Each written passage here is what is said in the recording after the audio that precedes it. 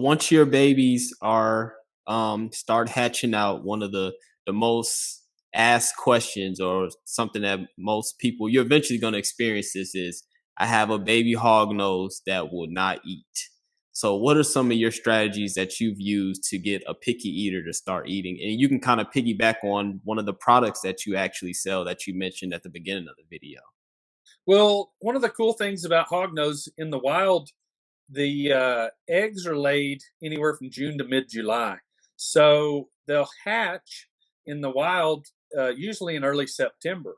But a lot of times those babies will remain. We found inadvertently before clutches of hognose snake eggs underground that were still in the clutch, and the little eggshells were dry, and the snakes, it had been months, but they survived in the winter in the clutch. So they survived just based on the nutrition reserves they had. So that's something common, in the wild. So a lot of people, when they're first out, they'll just drop them right down into hibernation and pull them up with the adults in the spring.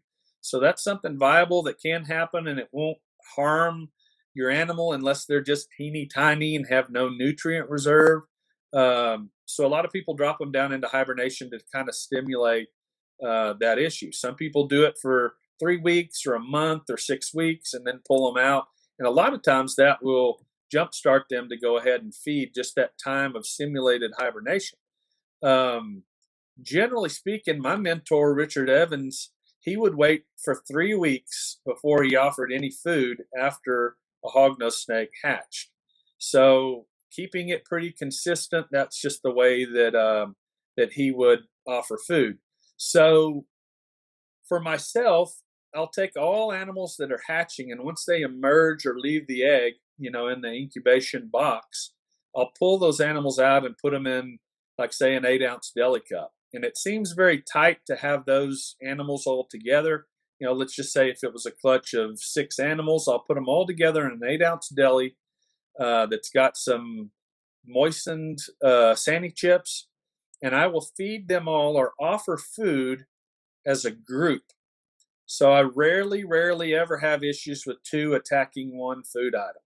I will try each and every one of them. It takes about 40 to 45 minutes to touch the little thawed pinky's nose to their mouth.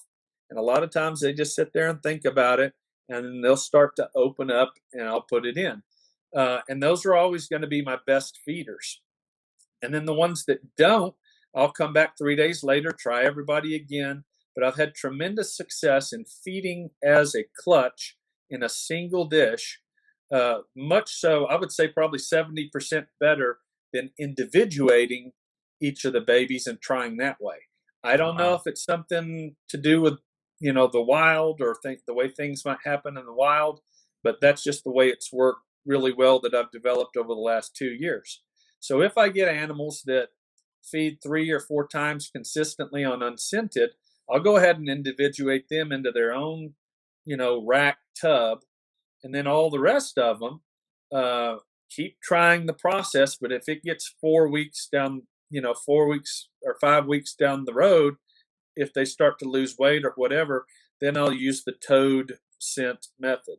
And to go back before the toad thing, I like to get every thawed pinky and dip its nose in water, and then Mhm. touch the mouth of the hognose.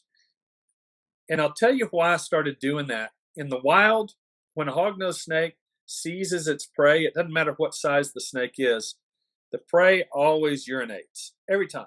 Doesn't matter if it's a mouse, a frog, a lizard, whatever.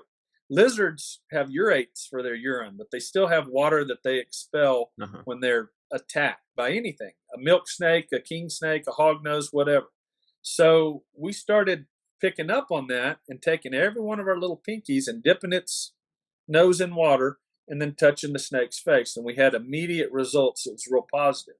So if that, physiological touch doesn't get them motivated, then we go over into the frog scent. So I'll have, I'll get toads every year that are little small ones and put them in a, little tub of water, and it gets a little bit of the flavor that's on them.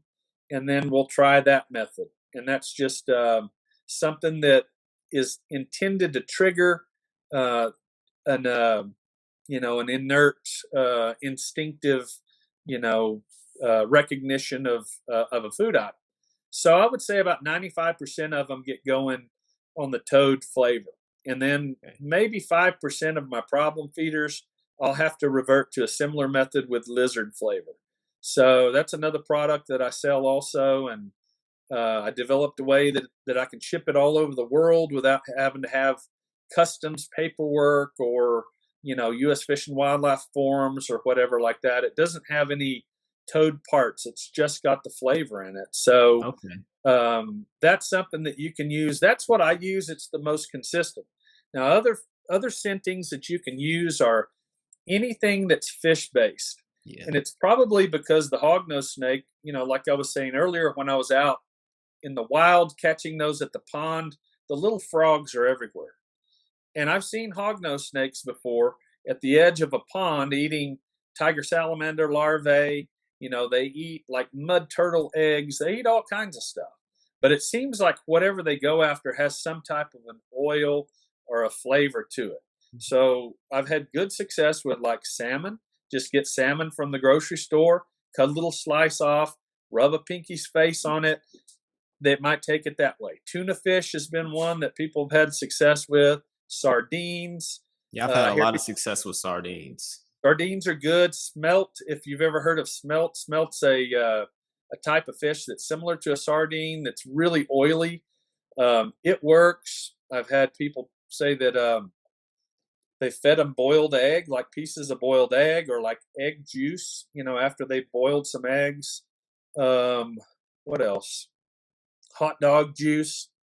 Um, Lots of different things Yeah. work. But I stand behind the toad flavor because it's the most consistent.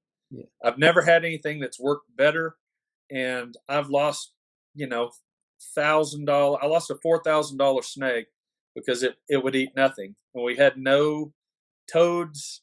We were in the middle of a drought at the time. Actually, it was one of the spider hognose, the originals that had a full Hmm. stripe. I think it's in the pattern morphs book. Find the nicest one in there. It wouldn't eat anything, and we lost it. And we had buyers right then. Had a Chinese buyer that offered $4,000 for one of them.